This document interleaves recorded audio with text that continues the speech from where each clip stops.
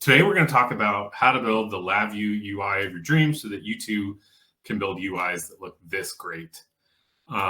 So I'm Hunter Smith. I have been around the LabVIEW community for a while. I started my career at NI, as I'm sure some of you did, or some of you are still at NI, now part of Emerson. I feel like you always got to say that now. I spent almost 7 years at SpaceX working on a lot of their LabVIEW teams as well as non-LabVIEW teams.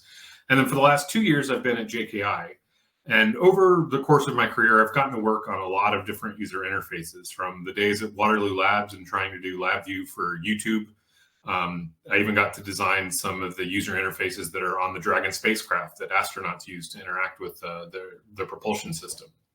And I've learned some tips and tricks, and so we're going to dive and talk about some practical suggestions as well as some kind of design philosophy things that can help make your UIs the LabVIEW UI of your dreams. Try to say that 3 times fast.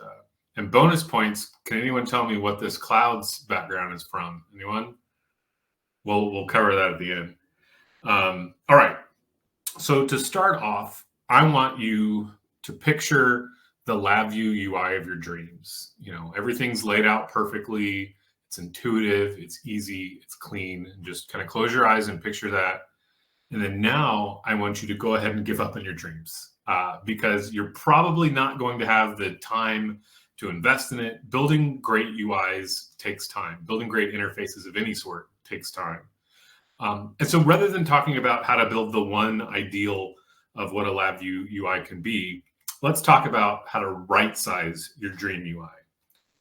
So to bring home my metaphor a little bit, let's talk about the MVP, the minimum viable product, the MLP, the minimum likable product, one that you could actually tolerate to use for some period of time. What I'll call the suite, where now you're starting to bring a lot of things together. It's something you can live with for a very long time. And then eventually the platform. Now, all of these different approaches come with different caveats and different motivations and different reasons of why you might choose one or the other.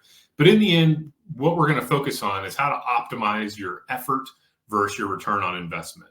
So if we have our X scale on the bottom as our dreaminess from nightmarish to bliss, and then our vertical scale as effort from cake to Sisyphean, we can kind of plot out where these different UIs fit in. So the blank VI, easy as it can be, not that pretty on the eyes, not that easy to use.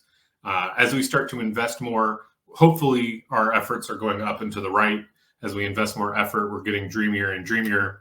And of course, we want to avoid hooking back around to the left to become the bejeweled chalice, where you've now invested a tremendous amount of effort and only made it a little bit worse. So rather than talking about how we can build the one UI of your dreams, let's talk about how we can move each of these different areas, how we can choose which one applies to our situation, and how we can move each of these maybe a little bit to the right. So maybe I should retitle my presentation several ways to slightly increase the dreaminess of your LabVIEW UI without breaking a sweat. Okay, so what do I mean by dreamy? Now, I want a user interface that's easy, it's clean, it's responsive. And a lot of these can be great ideals that we can target. And, you know, a lot of them are subjective and we'll have different ideas. But before we can talk about any of those, I always want to make sure that we have our priorities. And especially at SpaceX or in other critical applications that I've worked on at JKI, where safety and functionality are very important, you always have to do the checklist. Does it make the UI safer? Does it make it more functional? Only after those 2 are satisfied, I'll try to make it more consistent and make it faster. And only after all 4 of those will I try to make it pretty. If you focus too much on the aesthetic or the pretty, then you end up with this. Can anyone tell me what this one's from, with this user interface? So I really want you to pay attention to what this software operator is doing. And if any of you know, this is from the Matrix Revolutions, the second one, or whichever one the second one was. And obviously this was an actor sitting at a green screen, just kind of randomly moving their hands. And then some UI artist afterwards adding what seems to not make any sense. And I guess in the Matrix, your arms don't get tired from holding them up all day. But we want to make sure that we're not just trying to make an aesthetic UI at the expense of functionality, at the expense of usability. And obviously something like this would take a lot of training to know how to use. So ground rules for today's talk. Everything we're going to talk about today is all native LabVIEW, no X controls or .NET or web tech, no big frameworks or downloads that you have to get. This is all just stuff that works right out of normal LabVIEW, right out of the box. And I will say that, the people in this summit are people who spend a lot of time around LabVIEW. Many of you know most of these rules, but I bet you'll pick up something in this talk, and some of you will pick up a lot. So let's start off by talking about the minimum viable product. So this is a quick proof of concept, something that you're going to work on for the next couple minutes. Most of the time, the person writing the app is the person who's going to be operating the app. It might have the lifespan of a mosquito, which can be a couple hours to a couple weeks. There's no risks. There's no safety involved. I'm just going to save it on my desktop. And for MVP, this is fine. This is fine. It's totally fine. This is a great UI for that MVP application. But if we want to increase the dreaminess just a little bit, let's talk about what we start off with, the no excuse cleanup. So these are things that are really easy to do right out of the box. Useful labels, change your numeric space to add your physical parameters that you're measuring, add your physical channels in parentheses, make it really easy to follow. Use your align and group tools to organize your front panel, and so things can be generally read left to right and top to bottom. I'm a big fan of Control Space, Control F, especially for sub-VIs, where it will shrink your front panel down to the size of your controls and generally arrange your controls to match your connector pane. And then I'm also a big fan of automatically generating icons. Yes, Control Space, Control K will generate an icon based on the name of your VI. If you use Control Shift K, it will actually use the words that you have typed into QuickDrop. And so a lot of times when it'll truncate the name of your VI, it does it in maybe the not greatest way. With Control Shift K, you can actually type the words into the QuickDrop window and it'll paste those directly into your icon. This is a great way. And honestly, the way I make probably about half my icons now. But once you learn these tricks, they become the no excuse cleanup. The other thing that I love doing for simple UI is that very low effort UI is embracing the power of the chart. Charts have built-in logging. You can right click on them and select export to clipboard, or if you have Excel installed, export to Excel or Diadem, and be able to. So now not only do you have a UI and an easy visual way to understand your data, but you have a built-in data logger. You have an MVP data logger and it took you almost no effort. Turn off auto Y scale and set your min and max thoughtfully if you have a good expected range. It's always confusing when you see something that looks crazy noisy and then realize that it's in microvolts. Add good labels to your key, and of course turn on anti-aliasing so you can get nice smoother lines. Okay, so now we took our very basic deck UI, we added some decorations, we grouped things, we added a chart, we added an icon. I'm a big fan of adding a title and a banner where I will put a large rectangle decoration at the top and type the name that's maybe in addition to my VI name, but that's a good way to give context and give it a color so that you can tell the 2 or 3 things that you might use apart. And now we have a UI that's a little more usable. All right, so we're going to increase the dreaminess just a little more. And now we're going to start adding some emphasis. So 98% of the LabVIEW UIs that I see are using default controls at their default sizes with their default numeric formatting. If you have one number on your UI that is the most important number, it's perfectly easy and great to make it a little bit bigger.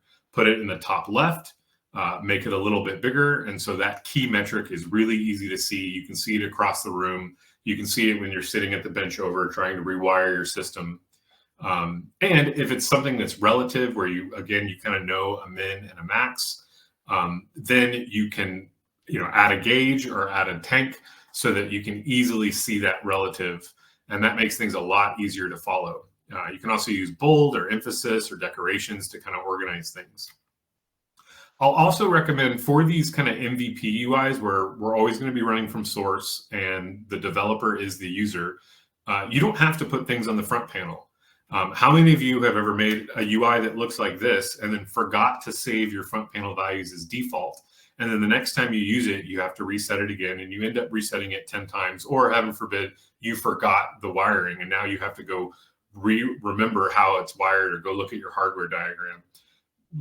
Leave an easy note on your block diagram that has your IOs. Put your IOs on your diagram so that you never have to worry about saving front panel value defaults for these very simple MVPs. And link your documentation so that if you maybe don't use this for a week or two and have to come back to it maybe in a few months, it's really easy to jump right back in and start using it again without having to remember all the settings you did. Last thing I want to talk about for our minimum viable product is IDE settings. So I'm a big fan of NXG controls, or as they're now called, the Fuse controls. I do think they look a little cleaner and a little more modern than the modern UIs. The default front panel, can anyone tell me the default pixel size of the front panel that comes in that box right out of the shipping? It's, yeah, Quentin got it. It's 12. So 12 pixels. I like math that's easy, and so I will often change that to 10 and then organize rectangular decorations. I can make it 100 pixels wide with 10 pixels between, and then everything's really easy to make everything line up with nice base 10 numbers.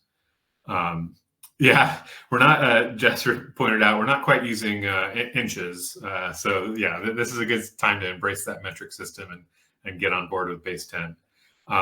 I've also created a GitHub. I've shared this decorations property window where you can right click on a decoration.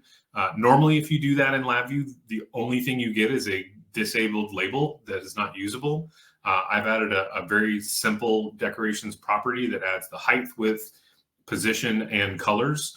And I'm actually trying to work with Christina Rogers and maybe integrating this into the product and trying to work out a way to a way for developers like us to be able to submit little things like that into the product. It's also good to learn those hotkeys. Obviously, a lot of you guys embrace a lot of the hotkeys, Control-E. Jake asked which versions of LabVIEW this works in. I believe the source I wrote is saved in LabVIEW 2020, so anything after that would be easy. It could probably be back saved before that. There's nothing too particular in there. It's very simple. I think it's 2 VIs and a text file. But yeah, definitely learn Control-Shift-J and Control-Shift-K. Those are good ones to get to make your UIs a little faster and get comfortable. All right, so now we took the most important thing on our UI, being able to turn this heater on. We made it a big button, and we put it right in the top left. We put a banner on the top. We put our stop button up there so things are nice and organized. We have a chart with NXG styles with nice looking things. And now we have something that honestly we could live with for a long time.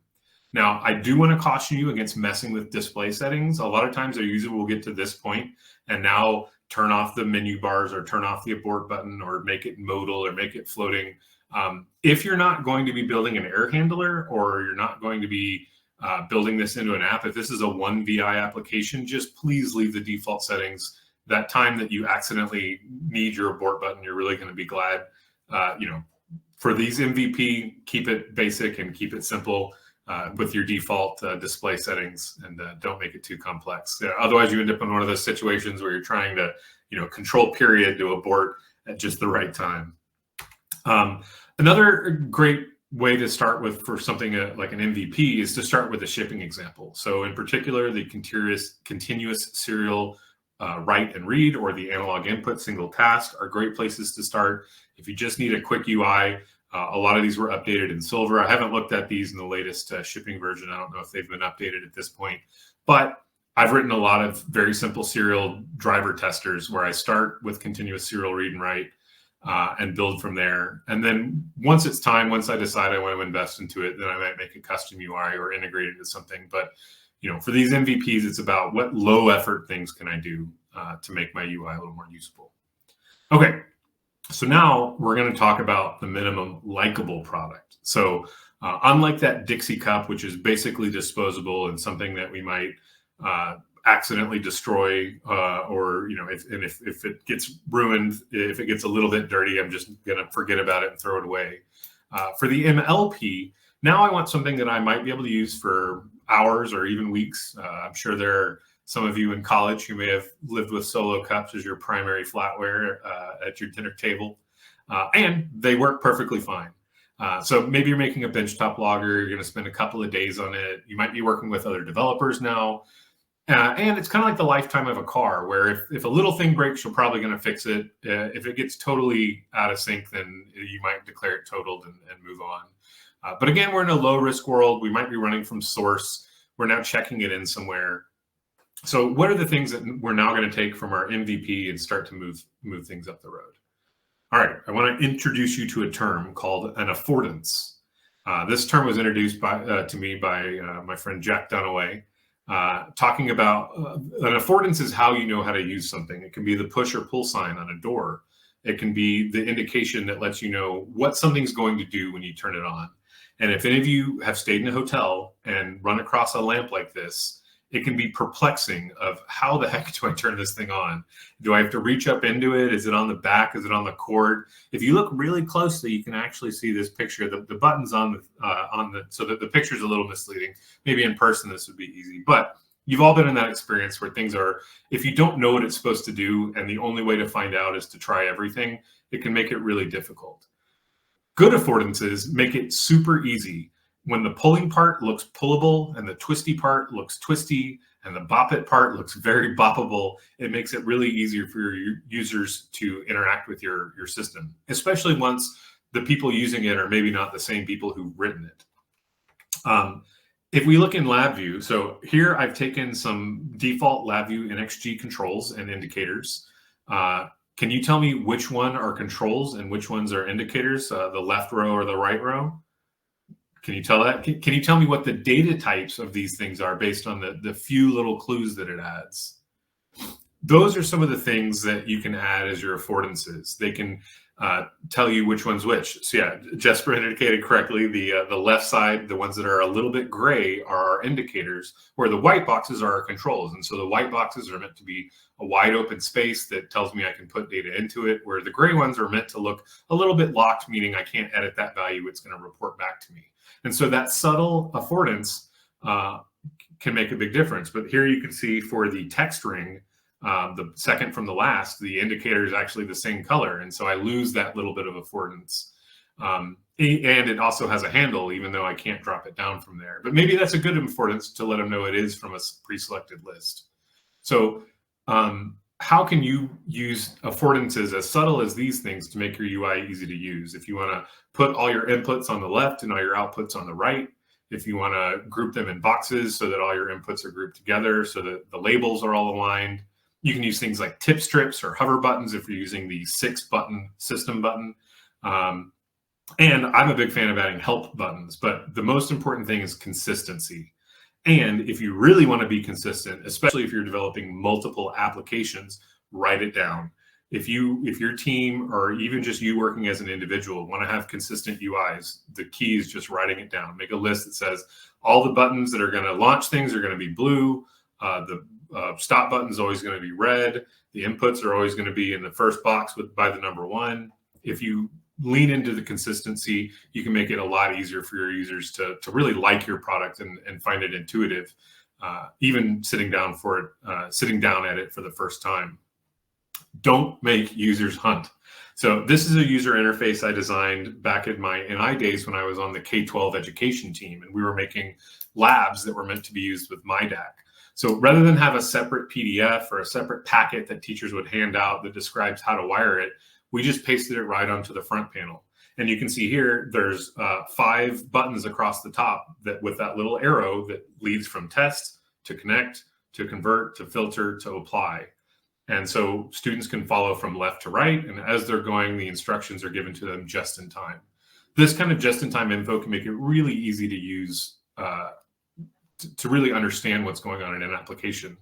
I'm a really big fan of these 2 VIs, show in file system and open URL and default browser. This is a great way to automatically link your documentation, to link to a place to report a bug. The question was, yes, that this actually is a fake tab control where I've used a radio button along with a sub panel in order to kind of fake out a tab structure. So that way I could have 2 layers of nested tabs where the second row is nested inside of the first. Not something that works natively out of the box with the tab structure, but something that users are very familiar with. But yeah, if you can use OpenURL and default browser and have something that takes you straight to your Jira page or to your team's wiki or to your GitHub, it makes it very easy to find that. So don't make them hunt if they have a common application that they use or a data sheet that they need to reference. Put a button right on the front panel so that they can get to it.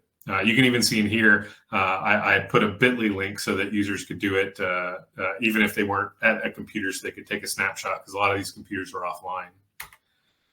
All right, next we're going to talk about numeric formatting. Like I said before, I see so many LabVIEW applications that just use default numeric formatting out of the box, percent #_G, and you get these numbers. Now, at a quick glance, can you tell me which one is the big number? You kind of have to pay attention for a while. You notice that numeric 3 is doing some weird stuff as it hits its -1, and it starts to bounce around. First recommendation is, especially when you're dealing with very big or very small numbers, embrace the metric system. Especially if you're talking about milliseconds or meganewtons, just hit that SI notation to get to %.2p, and now it's a lot easier to pick out the bigger number. The next one I recommend, my favorite, is I will set 2 digits of precision. I prefer digits of precision over significant figures, because I want my numbers to line up. I'm also going to turn off hide trailing zeros, and now we can see all of our numbers. The decimal lines up right. It's really easy to see numeric 15 is now my large number. It's easy to see the numbers bouncing around. The middle number is no longer glitching back and forth. And then finally, I'll flip over to advanced editing mode and add my units directly into my format string. LabVIEW does have a separate place to put units. It doesn't really work great. I don't know if anyone who's ever really used the default unit successfully, but putting them in a format string is a great way to do that, including doing things like degrees F. The degrees ASCII symbol is very supported in there, and so this can be a great way to do it. So if we're looking at a bunch of different format strings, you can see how the left one is kind of hard to follow with our eyes. The middle one's a little easier. The right one even easier.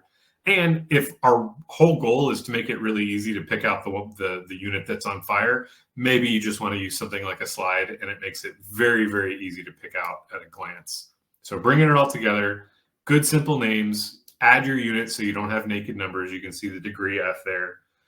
Embrace the metric system. It's much easier to read 1.8 milliseconds than 0.0018 seconds. Be thoughtful about how many digits you show. You don't need to show microliters on your float sensor that doesn't really detect that.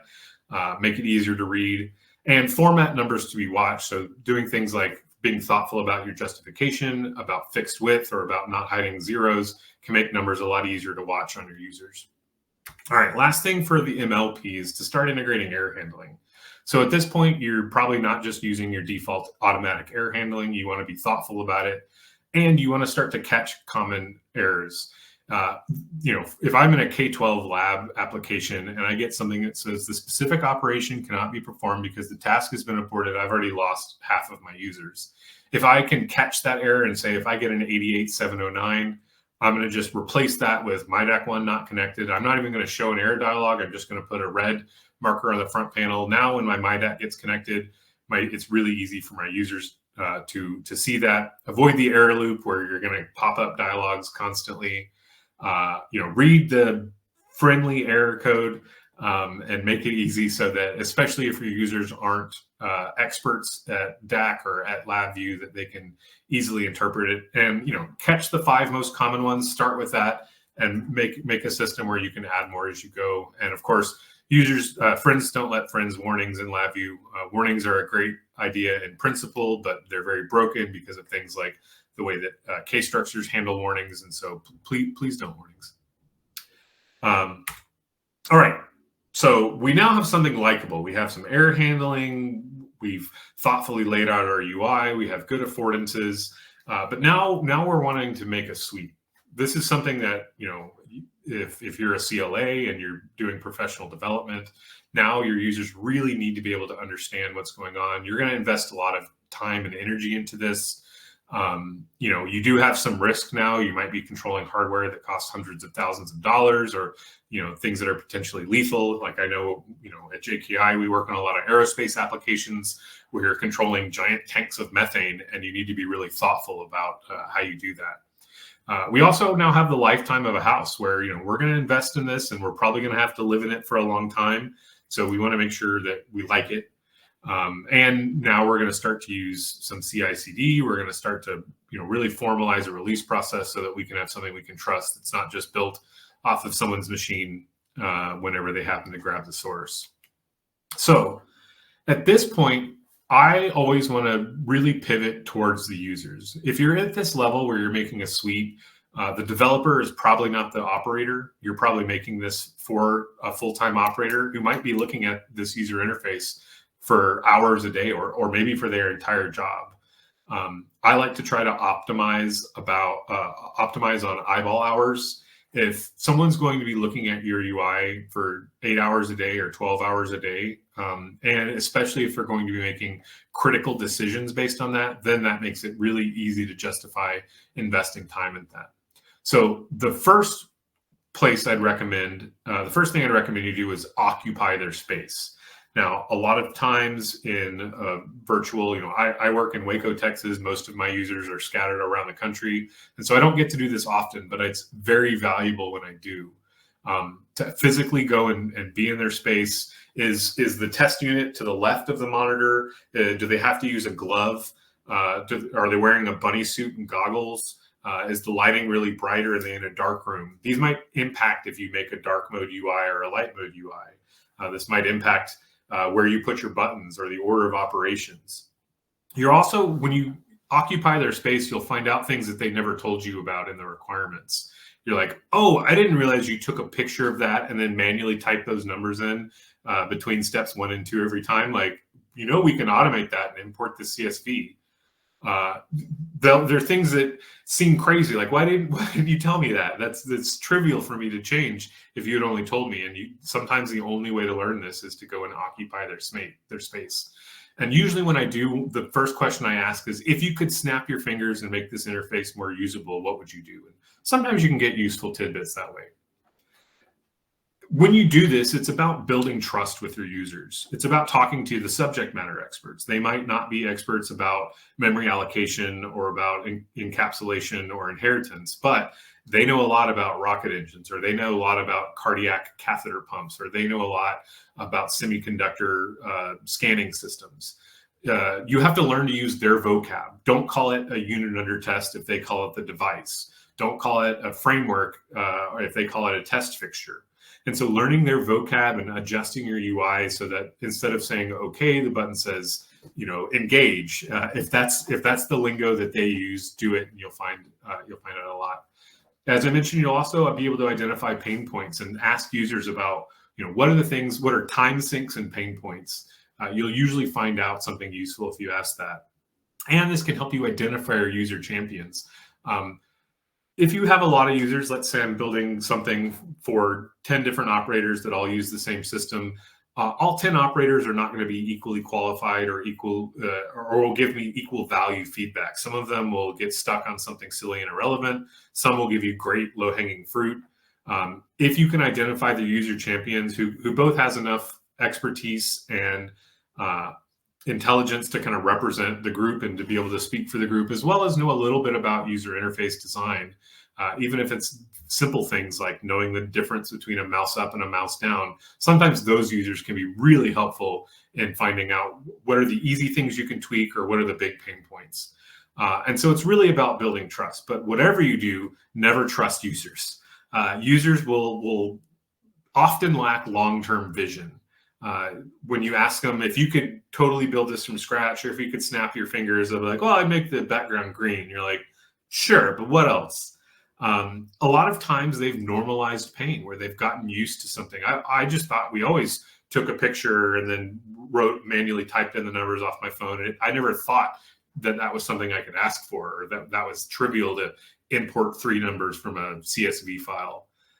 They might be unrealistic about timelines, or my favorite is we'll get the can't you just. Like one time I had a user we were using floating point numbers for something, standard double precision floating point numbers, and we were lacking a little bit of resolution in the decimal that this user wanted. And the user said, "Can't you just move the mantissa? Like, isn't that easy where you can do it?" It's like, sure, we could re-architect double precision floating point numbers, but that's not trivial. There's a lot of work put into that. It's not just a can you just.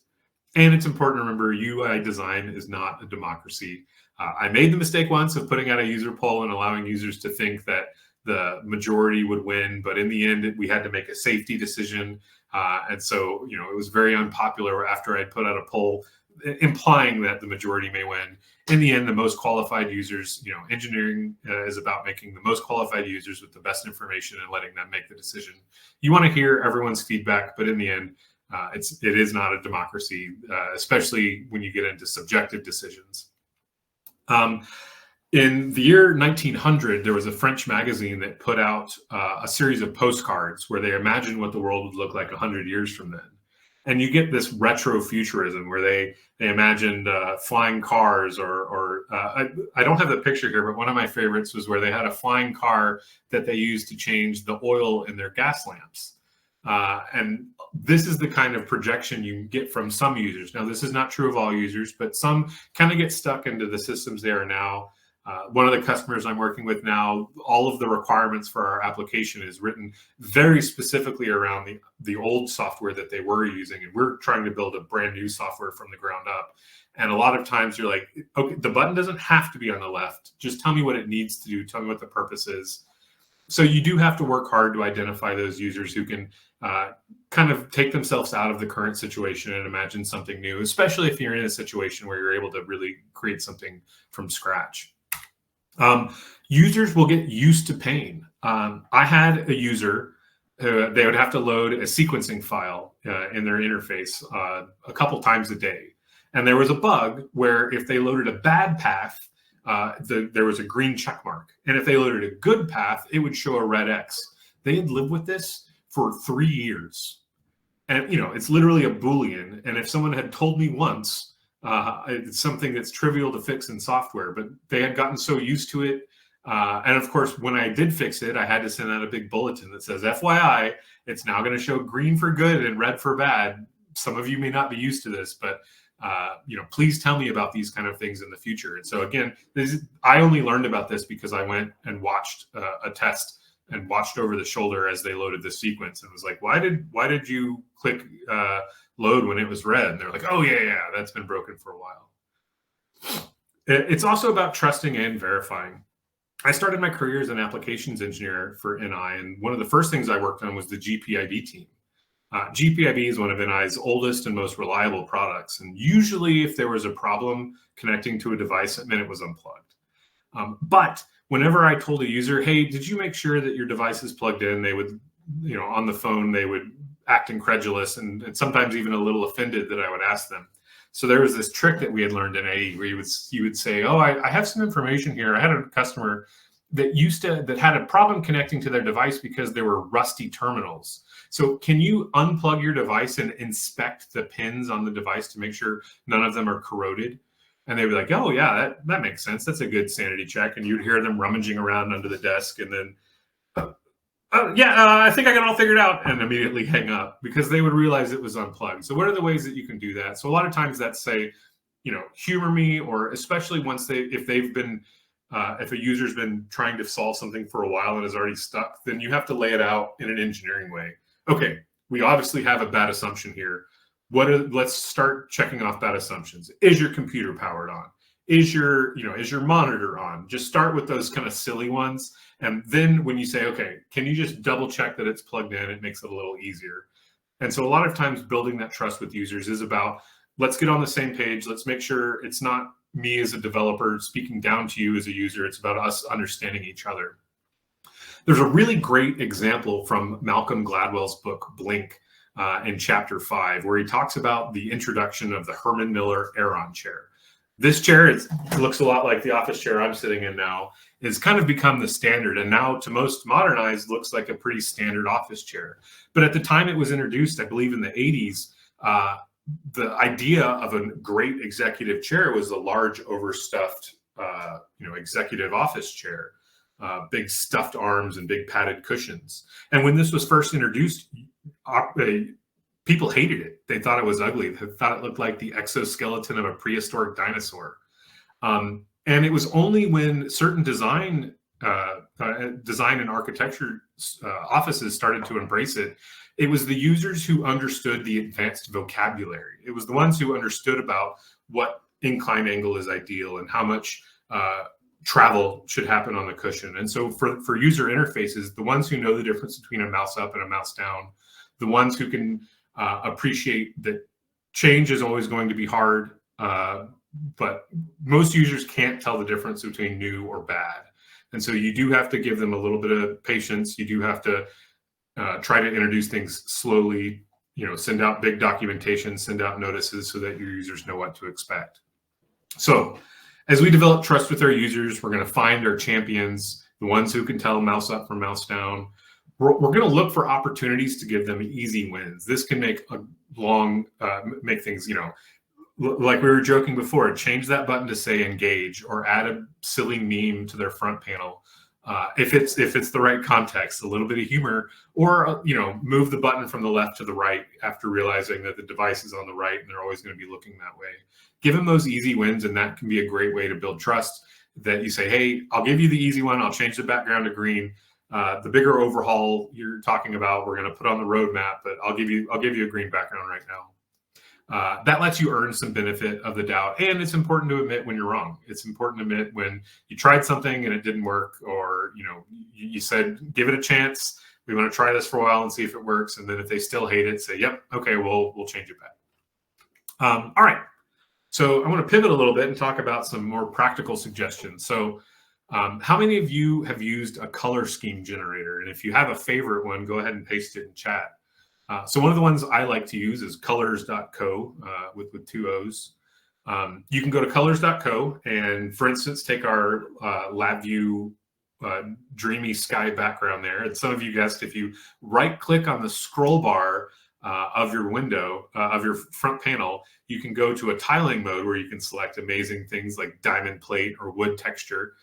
For the intro slide, I used the sky, and then I used an eyedropper tool to find the blue and enter that in my colors. And then with colors.co, you simply hit spacebar, and then when you find a color you like, you lock it in, you keep hitting spacebar, and eventually you lock in a set of 5 or 6 colors. From there, we can say, okay, here's my color palette. Now, one trick I like to use, some of you may have access to things like Adobe Illustrator. That's something I use a lot. But if you don't, if let's say all you have is PowerPoint, this can be a great way to build UIs. So we generated our color palette. We're going to PowerPoint. We go to Slide Master. And then from the Slide Master, we go to the Colors menu, the Custom Colors menu, and select Customize. From there, I'm going to type in all of the values of the colors from my color palette. I might even go to a LabVIEW VI and then using decorations, make all those same colors. And some of you may have noticed these colors are what I've been using for the color scheme of this presentation. So now not only do I have a consistent color palette, but now my training material or my documentation also matches the color palette of my LabVIEW VIs. And of course, if I use these consistently and I write this standard down, I can now very easily repeat this and make things that are really easy and familiar. I've been in a lot of situations where I would print out something and tape it on the cubicle wall next to my desk so that I could always remember those keys very quickly. The LabVIEW custom colors are very volatile, and so sometimes it's there's still some things that printouts do really well. Once you've imported those colors into PowerPoint, you can then use PowerPoint to make your buttons. And so if you're using the standard 6-layer system button of off, on, and then the 2 press states and the 2 hover states, now I can use my built-in color scheme along with some simple drop shadows to make buttons. Within PowerPoint, you can go to Insert Icons, and there's a huge variety of icons there. And so now if you want to make pretty icons, you can. JKI also has a pretty great icon generator for simple things. But this can be a great trick. And the benefit here, a lot of times you might hire a designer or Someone will make these in Illustrator, but if that person leaves the company or someone else needs to edit it, it's now kind of locked into an interface. And unless you're an Illustrator expert, it's hard to make that one more button. But if you can do something in PowerPoint, even if it kills you a little bit to not use a professional tool like Illustrator, you've now made it very accessible so that anyone on your team can make something. You'll have a consistent look and feel. You'll have a consistent design. But yeah, PowerPoint can be a great way to make graphics for LabVIEW VIs. It's a very low-hanging fruit. There's also great UI resources, things like the Noun Project or the Google Material Design icons. We use the Google Material Design icons a lot. There's a huge variety of icons. They have some sliders where you can adjust the size and color. You can get PNGs or SVGs. A lot of times, I do use Illustrator, and so I'll download some of these shapes from the Google Material Design palette and then use those to make buttons. And again, I'm leaning on things that they're already familiar with. If what does the home button look like? What is the reject button? What is the edit button? What does the reset button look like? If you can use standards that maybe are literally the same icons that are used on their phone or on their favorite websites, it can make things really easy. The question is, are SVGs supported in LabVIEW? The short answer is no. There are silly ways that you can import SVGs by using things like .NET. But yeah, typically I'll take an SVG into PowerPoint or into Adobe Illustrator, and then from Illustrator export PNGs at a very specific size, and then use those for buttons or decorations or icons for my applications. All right, so now we're moving to the platform. Now we're talking about something where we're going to have safety critical decisions being made. We might have a whole team of CLAs with the CI/CD suite. And now we're tied to the lifetime of the product, where as long as we're testing this rocket engine or as long as we're manufacturing this device, we're going to be doing this. When you're talking about government contracts, sometimes that can mean signing up for a 20-year lifespan. So now is when you can be a little more thoughtful. And there's a website I really like called I Like Interfaces that's done detailed breakdowns from a lot of your favorite sci-fi movies and video games. As Sarah pointed out, Draw.io is a great resource that we use a lot, both for UML design as well as for making great icons and importing from SVGs. And I love using a Google image search. Again, lean on things that are familiar. And so when you want to make I need to display a big list of files in a file table. Go to Google and search file table, and you might get some ideas of familiar ways to do this. You do not need to reinvent the wheel. The more familiar you can make it, the more polished it will feel, and the more intuitive it will be, especially for new users, and your veteran users will like it even more. You also have to add that last layer of polish. So I'm sure many of you have written like a login dialog. It's really, a login dialog is really easy. I type my username, I type my password, I maybe click a drop down, and then I click OK or start. But if you're talking about a suite that people might be living with for years, that's when you go the extra mile. And so we're going to do things like making sure key focus starts correctly. It might be that when the dialog pops up, you make sure that the text is already selected. And so now I'm going to use property nodes to select my key focus and highlight my text so that when my user types it up, they can easily just type their name. I'm going to thoughtfully set the tabbing order. So now I type Hunter Smith, tab, password, tab, down, enter, tab, start. You might set key binding so that escape key will do it. You might use things like text rings or even combo boxes so that you can have a preset list of features as well as easy ones. And as Darren pointed out, this is when you now are going to go in and customize your VI properties, your display properties. You might do things like add animated GIFs, throbbers that will tell them when they need to wait. I always recommend, if you're going to do something like this, log in 10 times in a row. If you can log in 10 times in a row really quickly, then your users will be able to as well. And these are those little things of polish that can make users' lives a lot easier. Again, if you have an operator who's going to be looking at something for 8 hours a day, literally every day of their career at a certain company, those little details of polish where a new user can use this and they don't have to do any of the hotkeys and it still works, but the power user can now do it without picking their hands off the keyboard. It makes it really easy. All right, I have a dialog. I have an OK button and a cancel button. Which side is OK on? Anyone want to weigh in? All right, we got some lefts. We got a right. So again, here's a great way that you can go to Google and find out some of these things. So I type cancel OK dialog and I get a lot. And it turns out Windows tends to put it on the left and Mac tends to put it on the right. So a lot of times that can, so this is where you might ask your operators or go occupy your operator space. Do all of them have Mac laptops for their work computer? Maybe that will help you decide. In the end, you just have to make a decision. But again, be consistent. Make a decision and stick with it. As you're making more and more polished UIs, you also need to learn how to make content discoverable. Users will often ask for every piece of data. If I'm logging 130 channels, they want to see all 130 of them at the same time, or all 5,000 of them at the same time, and you physically can't watch that. So that's when you start trying to think about how can I make content discoverable so that from 10 feet back during normal operations, I can tell what's going on. But when I need to debug or go to advanced settings, there are ways to do that. So here I'm showing a simple deploy tool that we had made where you could check an advanced box and the window would resize to give you a few extra settings, but you don't have to overwhelm your users with that most of the time. Most of the time, they don't need to load a config from the archive or show the load log. I also like putting things into tip strips. And so, for example, this was an interface where you type in the IP and then it immediately starts trying to connect and will show you the connection status in a little icon. But if it wasn't connecting, you could hover over that icon and it would actually show you the entire ping because, pro users don't need to know about it. You just type it in and wait till the check mark turns green. But advanced users knew to hover over that and get a little extra info. And so things like subpanels or tab buttons, can make a great way to have content that you discover as you go through it.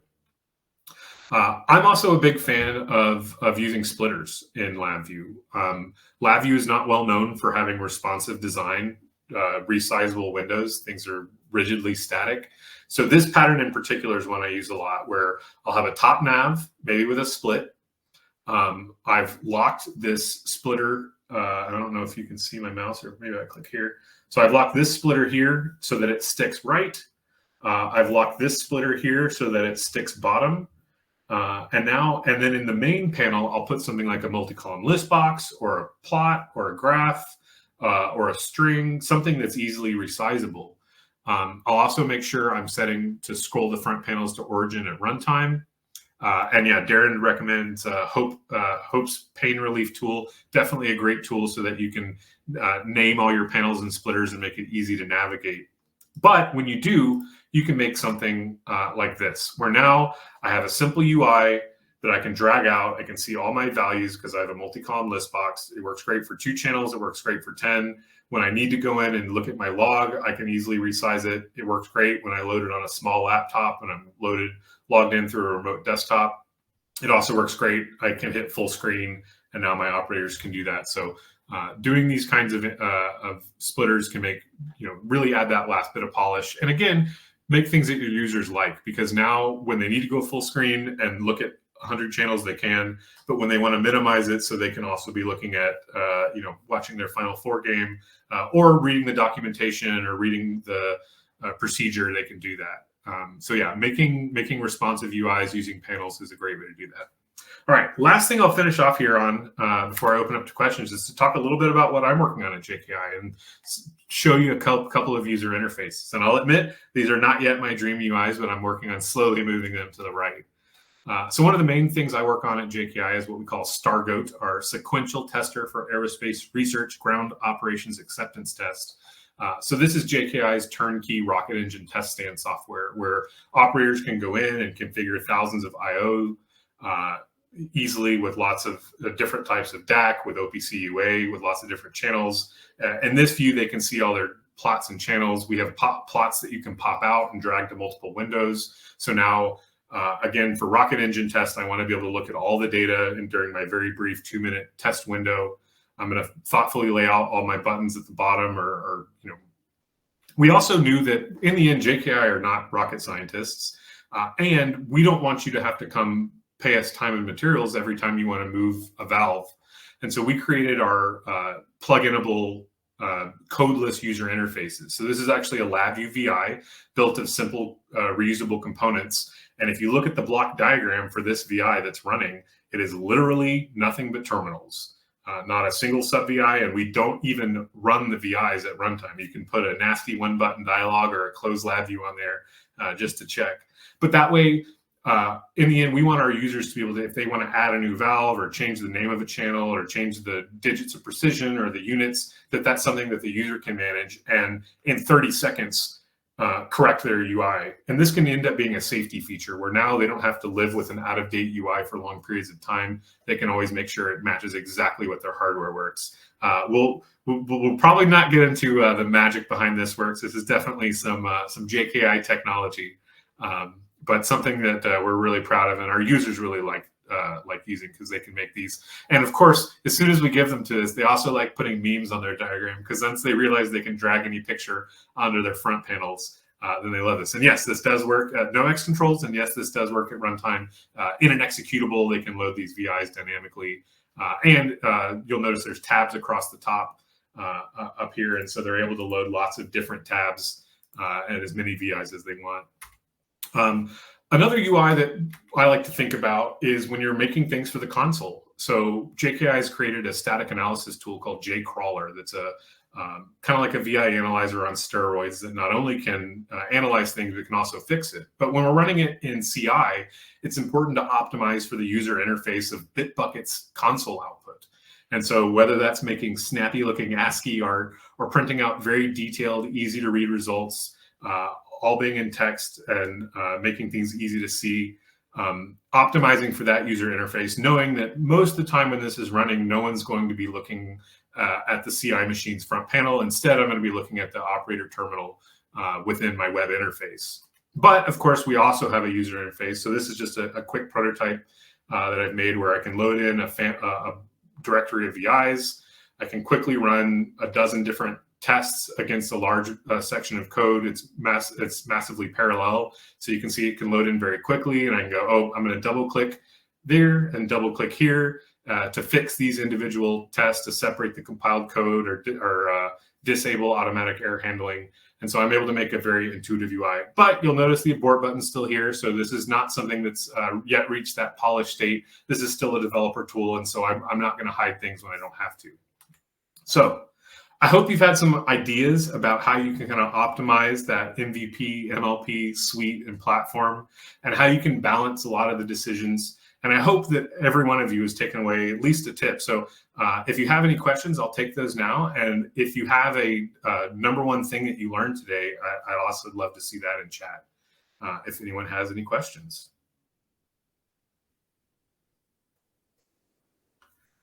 The radio button sub panel I showed earlier. So yeah, this was back in the K-12 days. So let's see if I can go here to the slide selector and go back to the K-12 days. So yeah, this is a pattern I use a lot where I'll use a horizontal radio button. In this case, he's asking, how did I change the shape? And so the way you can do that is the radio buttons themselves can overlap a little bit. You do have to do the work of, again, using something like PowerPoint or something like Adobe Illustrator, exporting all your buttons out. In this case, they have the chevron shape. If I line them up next to each other and just stack them next to each other, then there will be a little bit of a gap. But I can go in and position them and either do it dynamically by knowing that I need to apply basically a negative 10 pixel padding and dynamically place those, or if it's something where I know I'm always going to have 5 choices, just manually place them in. And now if I pick them, I do need to be thoughtful about the Z order so that they'll look good. Another trick that you can do here is just that the next button has a little bit of the previous triangle on it, but you have to be aware of the colors that you're going to use there. I don't use a lot of MDI panel in my projects. I think I'm kind of a purist. You'll notice almost everything I've shown here today is very base LabVIEW. I tend not to want to invest too much into one platform because I've seen that they can be volatile, but I definitely will check out MGI's tool. I'm very curious about it. What were some of the top things that you guys picked up? Any tips you found surprising or something that you're eager to go try out? Yes, so you can customize individual radio buttons. Radio buttons in the end are individual Boolean controls. It's basically a cluster, and so each one can be different. And so, for instance, the one on the left does have a square end, and the one on the right also has a square end. But I could also make them not have a square end and just make them extend a little bit off screen and do it. Thoughts on a 2D picture control? So I don't love doing a 2D picture control. There are certain things that you just can't do. So for instance, rotating things. There was one time I was working for an aerospace customer, and they had a transport erector that stood up as the rocket stood up. And I wanted to have a graphic that showed as this, it took a couple minutes for this thing to slowly rotate. And a 2D picture control is kind of the only option for that. But because it's not very performance friendly, it's kind of clunky to use, I ended up just going into Illustrator and exporting out a bunch of different pictures and put them in a picture ring, and found that 5 degrees of rotation was plenty to make it feel smooth over the slow time period. And so, yeah, I use a lot of picture rings to do things. You can make really great looking things. Christian Peter asked if I consider making UIs outside of LabVIEW, and yes, we absolutely do. So at JKI, we definitely use web interfaces sometimes. Again, things like easily being able to rotate is something that's very easy to do with a little bit of custom CSS, but almost impossible to do in LabVIEW. And so, there are times that you need to get out of that, but in the end, it's hard to beat the direct connectivity and the inherent tie-in of LabVIEW. So I do most of my UIs directly in LabVIEW when I can. But when you need to make them remote, when you need to make them flexible, or when you need to make them look great, a lot of times you'll move out. But unfortunately, it is often the mark of a good UI that it doesn't look like LabVIEW.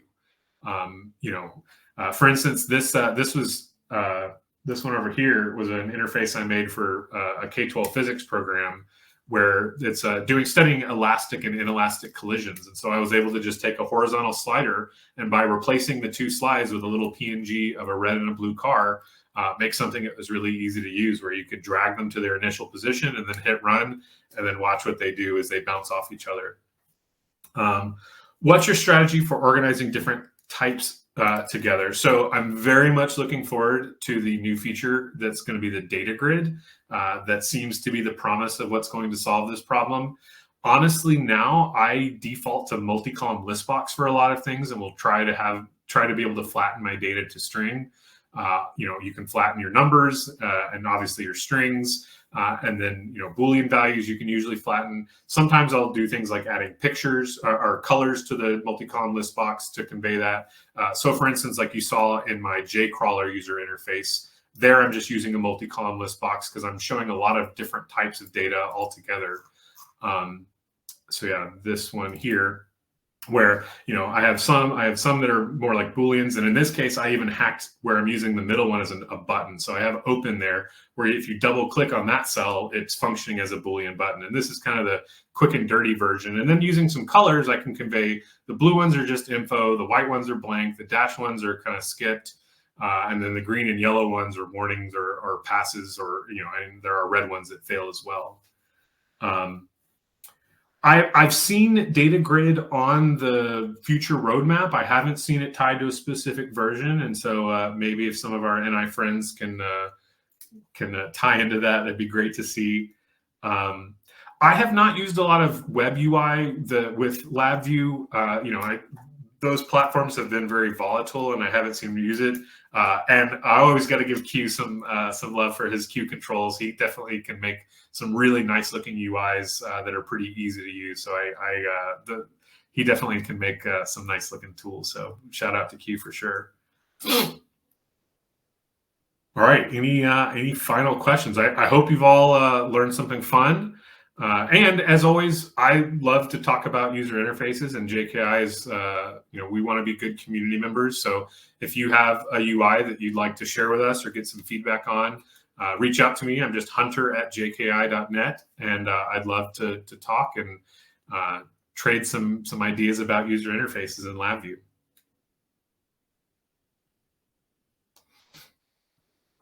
All right, we'll wrap it up there. Thank you all very much. So yeah, someone did ask about Grafana. We've definitely, JKI has definitely written a lot of applications that export things to Grafana, because in the end, it's a great way that users can plot things. Oh no, Christina has told us that the data grid was removed from the published roadmap. So please take my 50 upvotes for the data grid, as that would definitely solve some problems. I've solved a few things with some arrays of clusters, but I always find the limitation there is static row size. Whereas the multi-column list box is one of the few things where row 2 can be 5 rows tall, but all the other rows will be 1. Without having to manually resize a bunch of things. I've also faked out a lot of scroll bars where I'll have 3 different sub panels that are dynamically sized along with the scroll bar control, where I'm dynamically loading different panels into those sub panels. And it feels like a scroll bar, but it's not really one.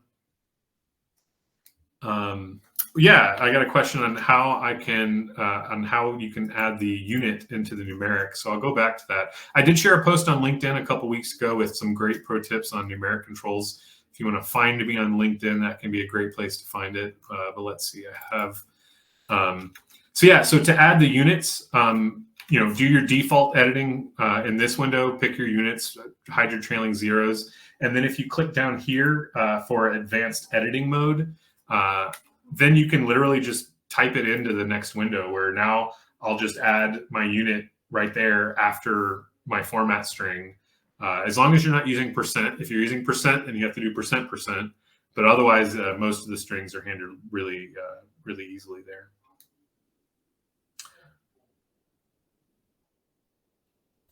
Yes, so I do use that. And so, for instance, when I'm displaying seconds, I will often use the SI notation and then add my units as seconds without a space. So then I automatically get milliseconds, microseconds.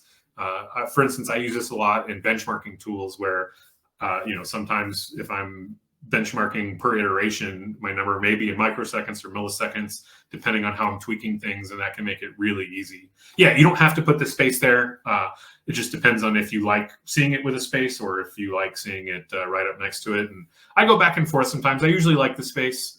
But again, be thoughtful about your justification and your other units. You may want to have amps and volts that line up. Also consider using monospaced numbers. You know, with non-monospaced numbers or units, you're always going to have a little bit of squishiness to the horizontal resolution. But if you use monospaced, it'll be rock solid and everything will line up perfectly. But yeah, and if you use SI notation, then again, your unit in the format string is just volts. But if you're using the %P, I believe it is, then it will automatically make millivolts or microvolts or whatever you need.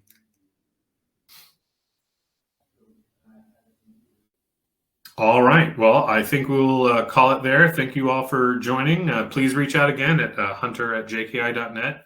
I'd love to chat, and please let me know what you think. Thank you very much.